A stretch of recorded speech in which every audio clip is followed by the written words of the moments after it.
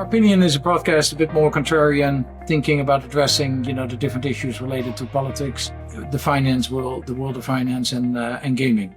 We're very much interested in, let's say, what you have to say. We're at Fanatics. You can tell us about your career, very impressive career. But what I'm really interested in is the fact that you came from politics.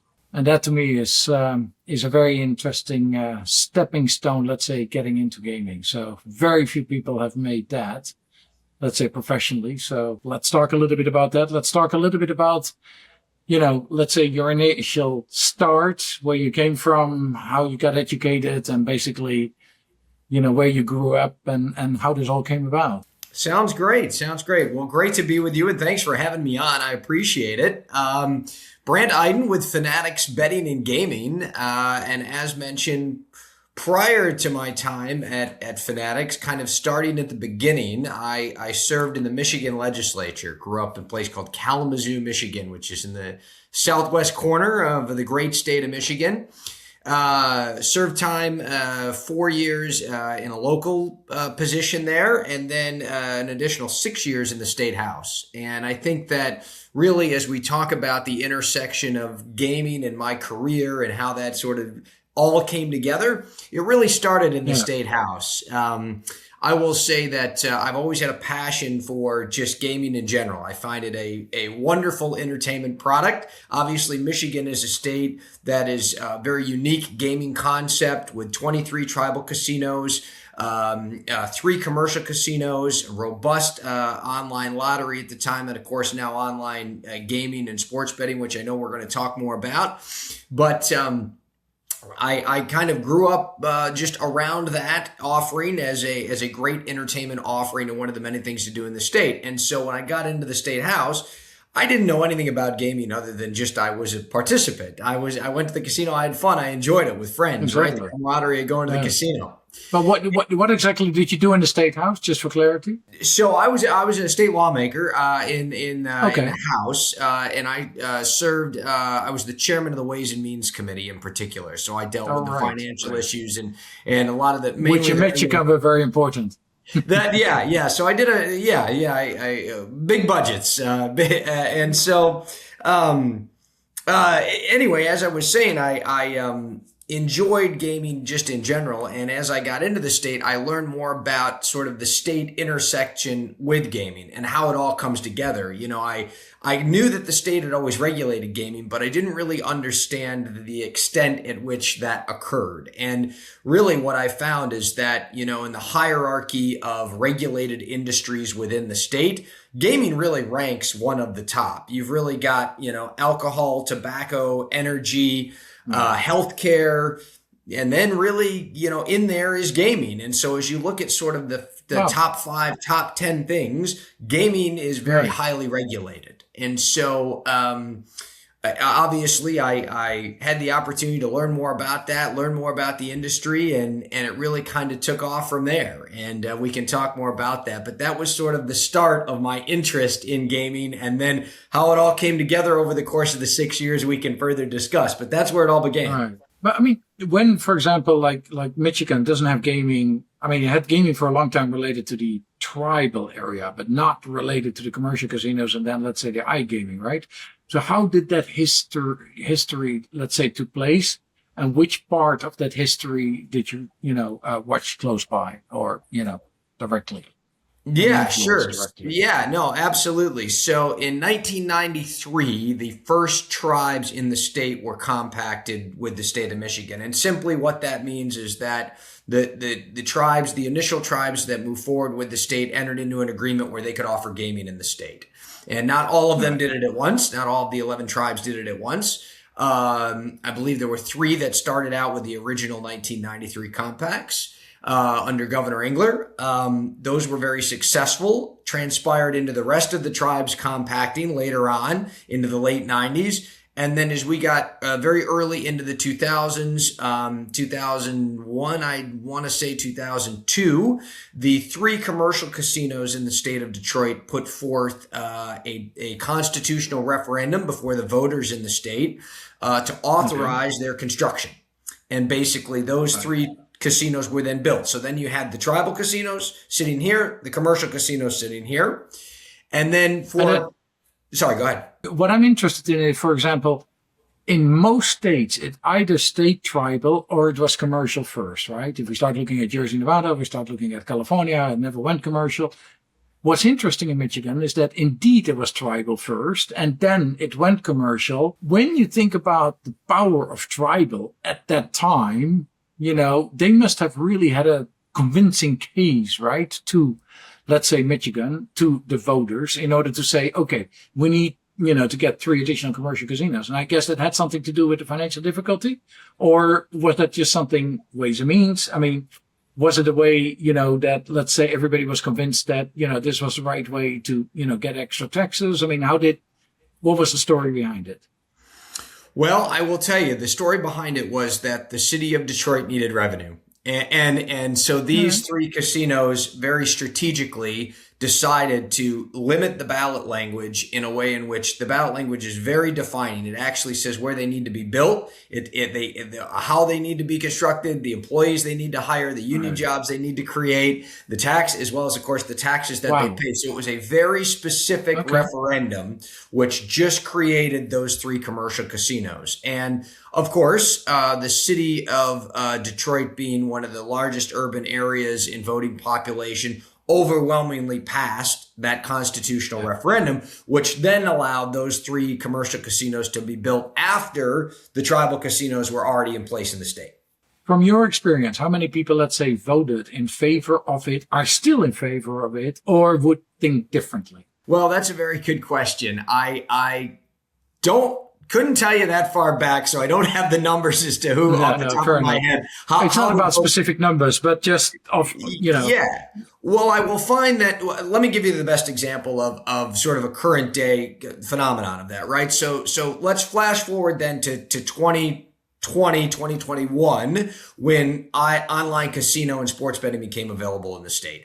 What we're seeing now is that, well over 50% of the population continues to support this as a form of entertainment. And so I think that it's very intertwined with the retail casinos. You've got a situation in the state, and we can, of course, discuss this more fully, but kind of specific to your question, you've got huge amounts of revenue that are now coming in from online casino gaming. And it's really also in conjunction with the continued success of the retail brick and mortar casinos. So as we talk about this being an economic driver for the city, it's a rising tide lifts all ships. And so as we specifically talk about just the unique case of those 3 commercial casinos and how they impacted the city of Detroit, you've seen a massive boon of revenue for the city and for the state because of the online and the commercial piece. So I would say that in terms of popularity, this continues to gain massive popularity. Which is interesting, right? Because what I find fascinating about the United States, highly regulated, extremely profitable, as well as, let's say, positioned with, let's say, the players as such. So many countries in the world think so differently. But because of the revenues and the enormous revenues that it generates for the state, for, let's say, the public funds, isn't this logical that this should be accepted by, virtually anybody? And Michigan is a very good example because of the stages it went through versus many other states. There's still a lot of states in the United States that, have very limited forms of gaming, etc. So how do you visualize this, or basically how would you say to, if you had to sit in another state that was much less, open to gaming, what would you say are the pros and the cons in order to make this happen? Yeah, well, I always start with, it is important as that economic argument is, I start with the premise of gaming in general in a state, which is regardless of whether or not your state has regulated gaming, gaming is in your state. I can go to any state in the United States, open my laptop, go to the Google browser, type in online casino games, and I'll get pages of options that are available to me where I can participate in some form of gaming, whether it's sports betting, whether it's online casino, online slots, doesn't matter what it is. I have access to that in every state in the US. And so the argument I always start with is we need to talk about consumer protections first. We need to talk about protecting your citizens from these unscrupulous actors that are already online taking advantage of consumers, really. I mean, in a whole host of different ways, right? People, people lose their credit card information. People play games. They don't get paid. All these different, negative outcomes that can happen to a consumer when you participate in the illegal market. So that's the first place I think we have to start in a lot of these conversations is with online gaming is here. Doesn't matter. Period. End of story. You cannot like that. You can, but you can't disagree that I have access to online gaming in the state. Okay. Now the second piece is if we're going to regulate and protect consumers, then we need to capture the tax revenue. And the tax revenue is really a substantial driver of that discussion as well, especially as more states are starting to feel the pinch here in the U.S. from, there's many issues that are coming down from the federal government that are putting more and more pressure on state governments to have to step up and pay some big bills that maybe the federal government was covering before. Now states are going to have to cover some of these Medicaid costs, some of these social services costs that they didn't have to these past few years. And COVID dollars and benefits of COVID dollars that they had received have run out. They now need new revenue as well. And so what we're faced with is a situation where the only amount of money, the only thing that you can really do to bring in hundreds of millions, if not billions of dollars in new tax revenue without simply just going back and increasing income taxes by 10x is to do something like online gaming. And so that really bleeds into consumer protections, and economic boon of online gaming really should help, catapult that conversation. We're going to come back to this in the sense of, how you educate people about it. But, let's take your career, came out of, let's say, the politics, and suddenly you had an offer to get into a gaming company. How did that come about? And then what was your pattern, to where you are today? Actually, I didn't. I came out and I had a career well before the legislature. And so I was in the real estate world. I did a number of other things. And when I left the legislature in 2020, because I was term limited, I couldn't run again. I actually went back into what I was previously doing. I was in the real estate space. I did some bankruptcy work and I was doing that again. And about 6-7 months after I had left the legislature, I received the call from a very good friend of mine that I had worked with when I was working on some of this legislation in the supplier space over at a company called Sport Radar in the data space. And he said, he said, Brandt, what are you up to now? And I said, I'm out of the legislature and I'm back doing some real estate stuff in Michigan. And he said, we've got the opportunity to come and potentially do some government affairs at Sport Radar. Would you be interested? And I said, well, yeah, I think I may be interested in that. I've always enjoyed the gaming space. And so, lo and behold, one thing led to the next, had the opportunity to be with Sport Radar. I was with them for about 2 years. And then as I was working in the supplier space, obviously Fanatics was taking off as an operator in the space. I think I looked back the other day, I think I was hire number 63 at Fanatics Betting Gaming when they first kicked off. Yeah, I think so. And so very early on and had the opportunity to come over and see some old friends. Obviously, a lot of the folks, Matt King and his team did a great job at FanDuel. A lot of those people transitioned over to Fanatics. I'd had relationships with some of those folks. And so I had the opportunity to come in and take over government affairs at Fanatics. And of course, obviously, Fanatics doing very well in the marketplace now as we continue to grow year over year. 24 jurisdictions now with continued growth in both the online sports betting space and online casino space. So been very happy with that transition. I think you have about 8% market share, right? As Fanatics. That's about right. And, yep. Yeah. So, and that's a good number considering the fact that, the United States is really, the top three, and the top three has 65% or, more than that even, crazy number, The top two have more than that. Yeah. Right. Exactly. So adding that up, it's a very, let's say unusual situation, but becoming more and more usual, in many countries because the incumbents, or let's say, the bigger guys really understand their markets and, create a lot of trust and a lot of, obviously, marketing dollars at it that create that loyalty. What's also interesting is that Fanatics looks at it, and again, I don't want to go away from your career, but what I find interesting about Fanatics is that you're looking at it as Matt specifically, your CEO, looks at it as, okay, we have two types of products, right? We have one product that's effectively, the house has the advantage, which is really the product where you make most money and where most of the regulatory environment sits. And then you have the, the product, and we're not going to talk too much about it, prediction gaming, which is a whole different subject. But that basically is, taking it in from both sides, and that's more a, kind of a rake, let's say, activity, etc. When you start looking at Fanatics and you see your growth, let's say, come about in those 24 states that you're active now at this stage, what is the vision of how to grind the action into, becoming stronger? Because obviously, you guys have a very particular philosophy, which is slightly different than, let's say, three bigger ones. What is it? Yeah, so that's a great question. And I will tell you that, obviously it starts with the Fanatics ecosystem. And I think that in order to answer the question, we have to sort of start with what the Fanatics ecosystem is. And so, yes, we have this betting and gaming division, but I think, you have to remember that Fanatics was built off the sports fan and the super sports fan, right? Yeah. And so you've got this merchandise brand, which is absolutely a behemoth across the globe.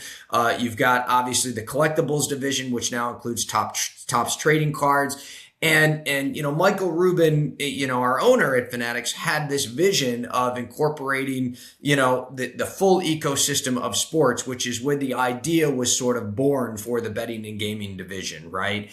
And that's where this kind of started with, how do we use this I shouldn't even call it a player database. How do we use this database of sports consumers to potentially have them participate as a player in sports betting, right? Is there any sort of market crossover? Where is there marketing that could be done? And that's where this conversation began. How can this database be monetized more fully?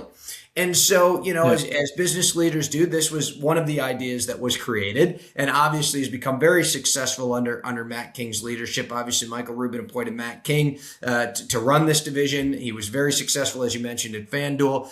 And the vision now is twofold. It's still further growing out that database that we have of sports consumers, but it's also now growing the product and making sure that we have the best product in markets. What we know is that it's a highly competitive space, as you mentioned, with two players at the top. That is just the way it is. What sets our product apart from the others is going to be reliability. It's going to be speed. It's going to be, I talk about this all the time when I pick up my cell phone and I say, look, how many times a day do I log onto my cell phone and I constantly see all the applications on my phone swirling because they're updating regularly, right? Gaming apps don't have that same swirl. You don't see that with gaming apps, right? You have a lot of products in the market today that are stagnant, are the same products that came to market 5 years ago. And the reality of it is that consumers aren't used to that. They want the new flashy thing, right? That's what we want in the technological space. So it's continuing to invest in the product. It's continuing to make the product the best in the market. And that combined with marketing, the players will come. And we're seeing that be a successful solution across the states. Yeah. So let's talk a little about the threats, right? Because there are quite a few regulatory threats. Once is the props betting, right? How in generally do you look at, let's say, the in-play betting? Just many different things that are, let's say, happening at this stage, whereby the regulators are basically saying we need to start looking at this more seriously, etc. What is a real threat and what is not? And from your perspective, how should regulators look at it? This, to me, we call it threats, but I say this is part of a regulated industry and the growth of a regulated industry. We've got an industry in the United States which is 6 years in, basically 5 or 6 years in, right? And not even in, and that's total, right? In many of these states, you're months in, right? Like you look at Missouri and others, because of the growth, you're not, this is a brand new product offering that is new to states. And yes, you've got many regulators that obviously have taken what they've learned about the market from older markets like Pennsylvania, New Jersey, Michigan, Colorado, others, and applied that to their state. But really, I like to say this, and I say it a bit tongue in cheek, but it's very true. Yeah. Every state is a snowflake, and they're all very different, right? Yeah. And because of that, you have to approach each of these states differently and understand that lawmakers are going to come in with new ideas every year. That's their prerogative. This is a regulated industry. They're going to come in with their own ideas, and they're going to want to shape their ideas and the market's going to change. Now, what I envision is that at some point in time, this will begin to stable out once we become a more mature industry. But until that time, it's going to be a roller coaster. There's going to be a lot of different bills introduced, everything from elimination of player props, as you mentioned, to tinkering with tax increases. That's the nature of growth in the industry and what's going to happen. Now, how I approach it, though, is you have to look at it and say two things. And it kind of comes back to the premise of taxes and consumer protections. First off, if you start to eliminate any sort of consumer offerings in the regulated market, whatever they happen to be, let's use player props as an example, in-state collegiate offerings, right? If you eliminate those, and I'm in that state, I'm simply going to go offshore and find that market to bet in because it's still going to be offered. Just because the regulator removes that from the offering or the lawmaker decides to change the law and a certain product is no longer offered, doesn't mean it goes away. It means simply that the state puts its head in the sand about that particular issue, and in their mind it goes away because they don't have to focus on it anymore. Because it's not it doesn't change the fact that college betting is still college betting in states that don't offer it. Prop bets that aren't allowed in certain states are still going to be there. And I think that this is a very fundamental fact that the NCAA, as they continue to push their collegiate issues and collegiate prop bans and other things, they just don't understand. They don't get the fact that consumers are still going to bet on this, and it's not going to change what's happening in the marketplace. You have to change consumer behavior. You have to go after these unscrupulous actors. Like we talk about bettors that get upset when they lose a game and they get online and they bash players or whatever. You have to go after those people, right? You can't just simply say eliminating proposition bets are gonna fix that issue.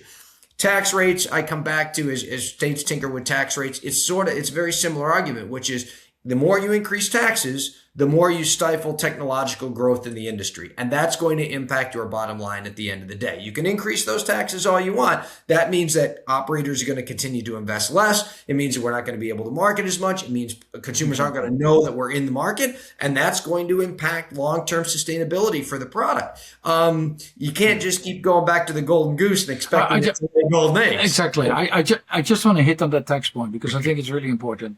In my experience, I used to be the chairman of the European Gaming Organization from the supplier side. This was in the 90s, etc. Europe has always been incredibly high on taxation. It still is today, right? I mean, we have many, many different levels, but they can go as high as 90% of, the gross gaming revenue. That's how bad it can be. But let's say on average in Europe, you're sitting between 40 and 60%, which is ridiculously high as is. Yeah. They do it because they feel, they try to protect the players, right? Not too many players, not too much marketing. Advertising is prohibited in many countries, etc. That would not easily happen in the United States. The issue that I have with a lot of that is therefore, the, let's say, regulated operators cannot offer the same type of product, the same type of bonuses, the same type of, let's say, returns, the same type of, let's say, marketing actions, etc. in order to make it attractive. And therefore, people will find their way to the gray market. Or to the illegal market, as we say, to the non-licensed market, and therefore the government gets nada, absolutely zero, versus, what it's getting today. In the United States, though, a lot of states have yet still to regulate iGaming, right? Sports has been allowed in, 32 states now throughout the US, versus 8 that have allowed iGaming, right? And iGaming is going very, very slow. A lot of states have basically pulled their, intention to regulate it this year, or in the foreseeable future. Again, what are the arguments there that you use in order to make sure that these things happen? Because I'd imagine even for Fanatics, despite the fact that you guys have, the sports fans as your base, iGaming is quite an important revenue generator. Look, there's no doubt about it. In these 7, soon to be 8 states with Maine that have iGaming, the revenue driver is online casino. You can't argue with that. I mean, that's where a bulk of the revenue comes in. So yes, it's a significant driver. It's an important aspect of our company and growth for sure. I will say this, where I'm going to be a little I'm going to pick on the industry a little bit. Here's how I'm going to say it. I think the industry screwed up, in my opinion, when the industry just started focusing on sports betting 5 years ago and they didn't have the online casino discussion at the same time. The success in places like West Virginia, Michigan with online casino was the fact that they came at the same time. I mean, it took me in the state of Michigan, it took 5 years for me to pass that legislation. And I had a veto along the way, which was very unique. But the reality of it is that by putting these two together, states have seen the real success of the marketplace. What you have now is you have this bifurcated situation where states have worked on sports betting and they pass sports betting, and now you have to go back into the state and try to get online casino approved in the state. That's led to some issues, and that has led to part of the slow growth. I will say this. Lawmakers, I remind people this all the time. Lawmakers don't go to their state capital to pass gambling legislation or really to even deal with gambling. That's not why they put their name on the ballot. They put their name on the ballot to help their local schools, to help their local law enforcement, to fix the potholes on their street. They didn't go to their state capital to deal with gaming issues. They were thrown into gaming issues because the state regulates gaming, right? And so I say that as a very important piece because they don't want to deal with this all day long. And so in lawmakers' mind, it took them a year or two to pass sports betting, typically in their state. They've had a long, lengthy discussion about gaming. And they're done with that. They want to go talk about something else now. They don't want to revisit and go back to the well on gaming year after year and have this conversation. I just call it kind of gaming fatigue with lawmakers. I mean, they don't live it and breathe it every day, right? So right. I think that's a really important point, is to remember that, look, I mean, these folks are doctors, lawyers, dentists, school teachers. They're not gambling experts, nor do they want to be. They don't want to be gambling experts. So that's good. Yeah. And how much did the Indian reservations, or let's say the existing either land-based or either, let's say industry, fight against getting iGaming going? Because that has often been used as an excuse as well, right? Instead of allowing it altogether, sports betting and iGaming, they basically say, yeah, sports betting, because we don't really have it and it's not big, in the casinos as is. So therefore, that's okay, but we don't want iGaming because that's going to compete directly against us. What's the argument there? Yeah, I mean, I think the argument there that I'm seeing, and it plays out even with commercial casinos in some jurisdictions to an extent, is that there's a deep concern about cannibalization of their retail product. Yes.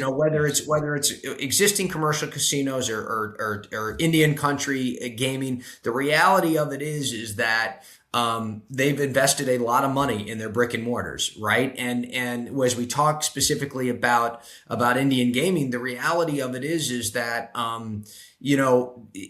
they think about future generations year after year after year, and how their revenue from casino gaming is going to support their reservation for decades to come, right? And there's a lot of concern and a lot of hesitation about what an online product may do. Now, my answer to that, though, and that's very fair. I don't want to disregard that as not being a serious concern, but what I will say is that in markets like Michigan in particular, and I think we have to look at Michigan because it's such a great example of where commercial and tribal gaming has come online and both been very successful. The reality of it is that those cannibalization concerns just don't exist. None of those casinos have gone out of business in the state of Michigan. And in fact, the reality of it is that a rising tide lifts all ships. And what we're seeing is you're seeing both retail growth and online growth year after year after year. Now, some may be able to make the argument, well, there may be the retail growth may be slower because there's an online product.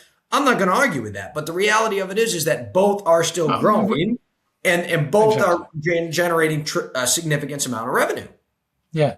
I mean, we don't know that anyhow. Those numbers are very difficult to find, if not Correct. this, then that, it's very difficult to say. That's always what I say when a casino owner says, I do everything perfect. My flow is great. Everything is working. Yeah, because he's making cash flow. But how much cash flow should he be making?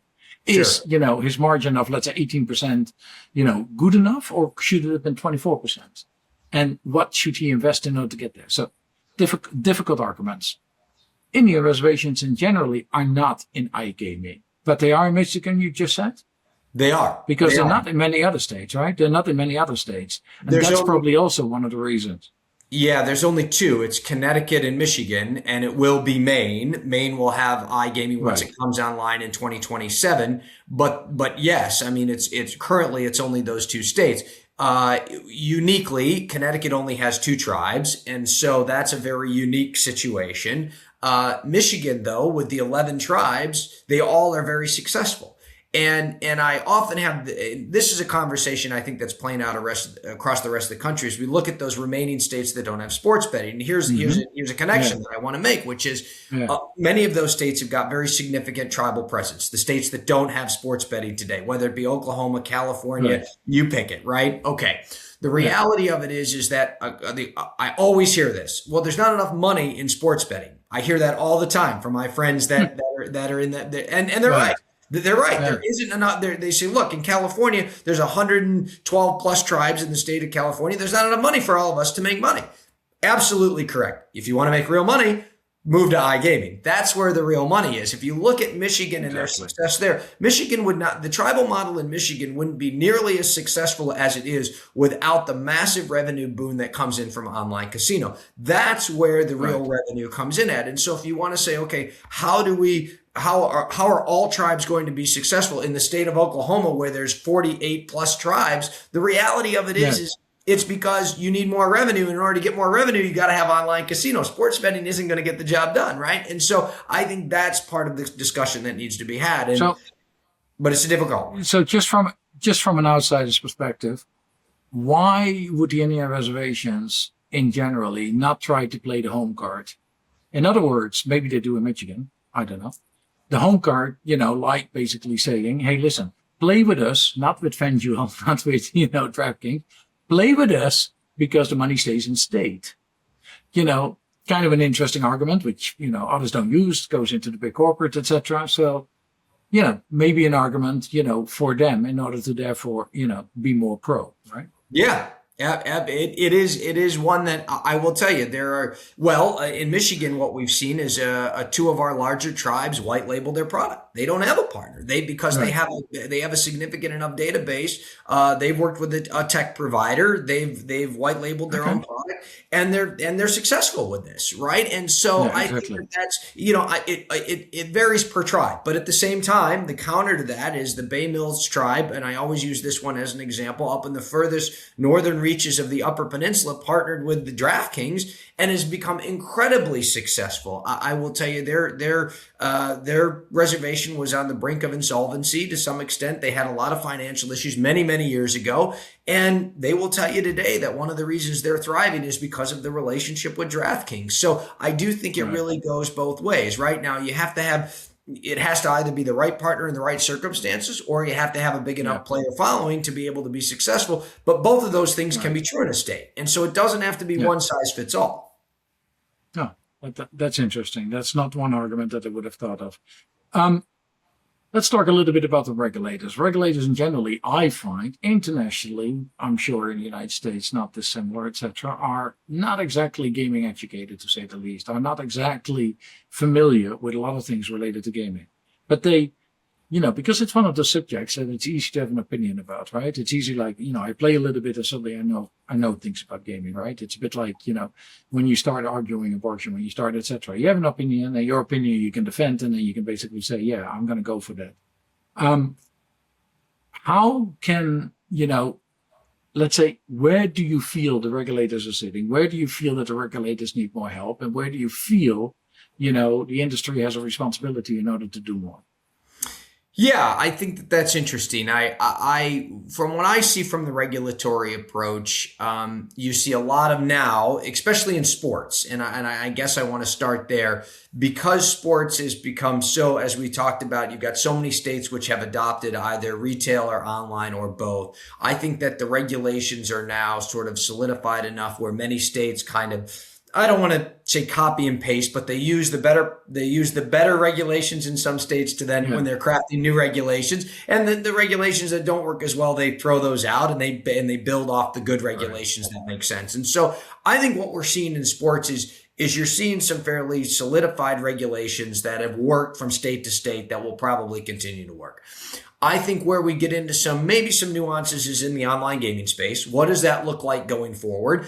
And of course, until we see growth in some more of these states, I think that remains an open-ended question. But I think the big piece is again, coming back to sort of what we talked about before, understanding that limiting options for consumers, whether you do that through the lawmaking process or whether you do it through the regulatory process, if you're going to limit offerings of any kind, you're going to impact your ability for the market to be successful, and you're going to force consumers to go to the offshore market. And I think that is a major education point that still lacks in a lot of states. I mean, as I have some of these conversations with lawmakers and others and regulators, it's sort of the same thing. It's not quite the full understanding that the limiting of these offerings is going to have significant impacts. And even as you sort of change the regulations now, I mean, I think we've seen some new regulations pop up in New York, for example, where the regulators put forth some regulations that, I don't know that they necessarily will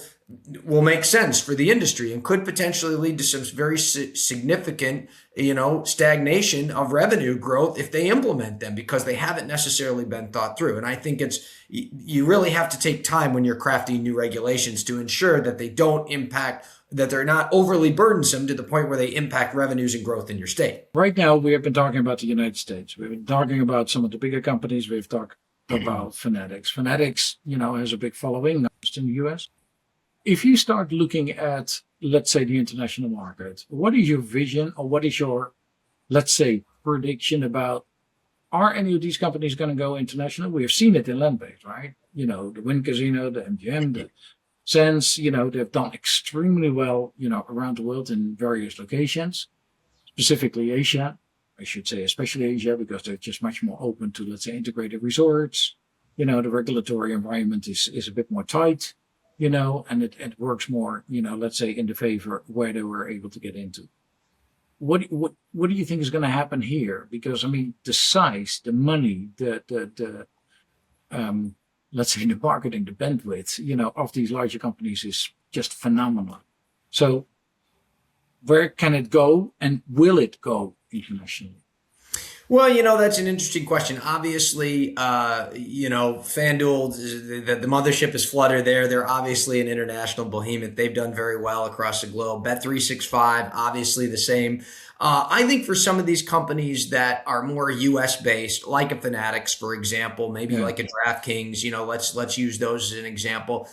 I think that these companies have invested so much in the U.S. market that they really want to focus on getting that right first. The reality of that is that, when you invest this much time and resources and effort and energy in a market, you want to make sure that you've got a good hold on that before you start to look at growth opportunities. But setting that aside, I think there are going to be more and more growth opportunities out there. I think, obviously, the Ontario market, as we just look at North America, the Ontario market in Canada has done very well, continues to grow. Alberta, it looks like, is going to come online this summer. I see more provinces potentially coming on board once the success of Alberta starts to peak. Obviously, there's, Latin America's had some starts and stops. We know that there's some issues there. The market will unfold over time, though, and I think it will get better. It's still a new market, and they still need to, I think that they're a little high with their tax rate. There's some other things that they have to do. But look, elections change things. Things will change with new elected officials, and that market will grow and be successful. It's a massive, the ton of sports fans that love sports in Latin America, and I think that that's going to be markets that continue to grow. Obviously, the Asian markets that you mentioned have always been strong, and you see Wynn, you pointed out, expanding into the Middle East, of course, and others as we continue to talk about what that looks like. I think there are pathways forward across the globe. I think that global gaming continues to increase and will continue to increase with the advent of technology and where we see growth markets. And look, every company out there is going to be looking at what makes the most sense to expand, but they don't want to get over their skis too soon is the reality of it. They want to make sure that they've, fully embraced the markets that they're in. They're successful. They're doing it right. And then you can replicate that model in other states and other growth markets as you go forward. So are we going to see it? I don't know, but I think that there's a strong likelihood, but I think that there's still more to be built out in the U.S. We look at, and I don't want to necessarily just draw us back to the U.S., but I think it's a very important point. even though you have so many states in the US that have already come on board with sports betting, the largest markets still have yet to come on board. California, Texas, Georgia, Texas. They haven't even opened their markets yet. There's still more. Exactly. There's still a massive amount of consumers in the US that are still untapped. Maturity? You don't feel that the industry is getting close to maturity at all yet? I don't. And okay. Because you see the visiting numbers in Vegas, right? Read an interesting article about the fact that, you have a decline in middle class, you have a higher upper middle class, and then of course, the more wealthy, and then of course, they're going to keep on seeing that as the playground, but and that's what's keeping the numbers up well enough, etc. But in physical numbers, you really see that there is a downward trend. But in iGaming, obviously you don't see that because you see more people, still coming on board, etc. So, again, we've spoken about cannibalization is not really there, but at the same token is, how is it going to affect each other, and how would you say are the next 5 years going to look? Well, we mentioned Las Vegas, and I think that's important because Nevada is an entirely separate situation from the rest of the U.S. And I really you have to set that market aside. It's a destination market. It's a market that has really moved from gaming to wholly embracing the entertainment concept. I mean, the days of the gaming dollar driving Las Vegas revenue are really long gone. It's an entertainment city that thrives on the new sports teams that are in the city, the shows, the nightlife, the dinners, the nightclubs. These are what drive Las Vegas now well more than the gaming. And so when you look at the Nevada market and when you look at Las Vegas, gaming is an important part of it and will always be because of the jobs and revenue that it brings in, but it's an entertainment market first. And so I think that may be more of a bellwether as we talk about, what the U.S. economy looks like and how people are spending their entertainment dollars. But as it specifically relates to gaming, I think a very important point is the online casino piece and the online gaming piece just in general. That's where we continue to see the growth year after year in these markets. And when you said, Brandt, in 5 years, when I passed the legislation in Michigan, if you said, Brandt, what does the market look like to you in 5 years? I would say the market will be about mature in 5 years in Michigan. The market will begin to level off and you'll start to see normalization in the market. We haven't seen that. In Michigan, the industry continues to see double-digit growth, which leads me to believe that growth is going to continue to exist for at least another 5 years. Now, is it going to slow? Of course it's going to slow, but it's going to continue to grow. And so online space, if you want to bring new revenue in, is really where the growth is. So we've spoken about, all these different subjects, etc. My takeaway is, and especially from where you're coming, being the VP of government affairs and basically looking at it holistically, around the 24 state, what else can happen, etc. We go from an education loop, basically trying to get the regulators to be, to get better educated. Then we go to, effectively a regulations loop to make sure that, the regulations are going to be adjusted along the way and, let's say either loosened or either tightened, whatever the case might be. And then it goes to a perception loop, how the people are going to be looking at it and how gaming is going to be seen. What I always have liked about the United States, having been very active overseas, but either with with a lot of U.S. products. I started with representing U.S. companies into the rest of the world. On the supply side and basically been, I, for example, run the Playbook casino in Greece. So obviously I was working with the Hefners, at that time, being able to, let's say get that influence over and across into Greece. Now you will see that Hard Rock will get into Greece, right? Because they took the Athens license and on it goes. So the Americans have had an, massively outsized influence in international gaming worldwide. Not just from a product side, especially on the land-based side. The online was obviously developed in Europe further, and Europe, let's say, took the lead in that and brought it to the US. Now the US is, of course, counteracting with XYZ technologies. I just feel that, we're in a period in which, a lot of things are going to, as you said, continue to grow or somehow continue to be, let's say, developed.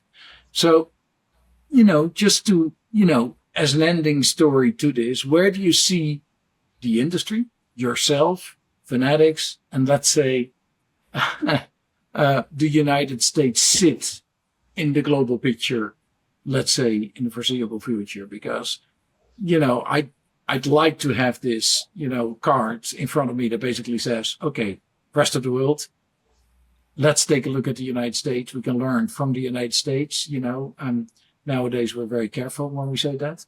But in this particular area, I think there's a lot, to be learned, that we could take, as advice. How do you see it? Well, I'll start with the Fanatics question because that may be the easiest one. I think that Fanatics is on a huge upward trajectory. Obviously, we continue to see market growth year after year. That's going to continue to grow. We've got a fantastic product. We've got a fantastic team. We've got a lot of great ideas. And so that's an easy one for me to cheerlead for. Obviously, I'm a big fan of the company, of Matt King and Michael Rubin. They're doing a great job. And look, that company's going to continue to do very well. So I'm very happy with the growth there. Now, I think as we look at the growth in the U.S., I'll be very pointed. It is going to rely on, as I said, first and foremost, those big sports markets have yet to open. But the reality of it is that if you want real growth in the U.S., it's got to be online casino. And so online casino has got to start to take off, and it's been slow. It's been slow to be embraced, as we've discussed. I feel like and I say it, sometimes I feel like I'm a broken record saying this. I do believe it's going to come. I'm a believer. I believe that states will see the benefits of online casino and the growth will be there. So look, as other countries look to the U.S. will become a behemoth in terms of its ability to be a player in the global gaming space. But it's going to have online casino to be able to do it. Online sports betting simply will not drive the market to the extent that the U.S. can be such a significant player. We've seen great growth, but if we want to see that continued growth, it's going to come through online casino. So, I'm gonna keep going out there and working on it day in and day out, and maybe that all ties into where my career goes. And look, I love what I do. I'm very happy with what I do. I tell people every day I've got the best job in the world. I get to get up every morning and talk about sports and gaming. Not many people get to say that. So, that's what I enjoy doing, and we'll continue doing that. So, great being with you and a great show. Thank you for the opportunity. Absolutely. Thank you very much. No regrets. Excellent. That's right. Nice ending. Harpinion brings candid conversations with leaders and experts shaping gaming's political and regulatory future. Follow or visit harpinion.com for more episodes and updates.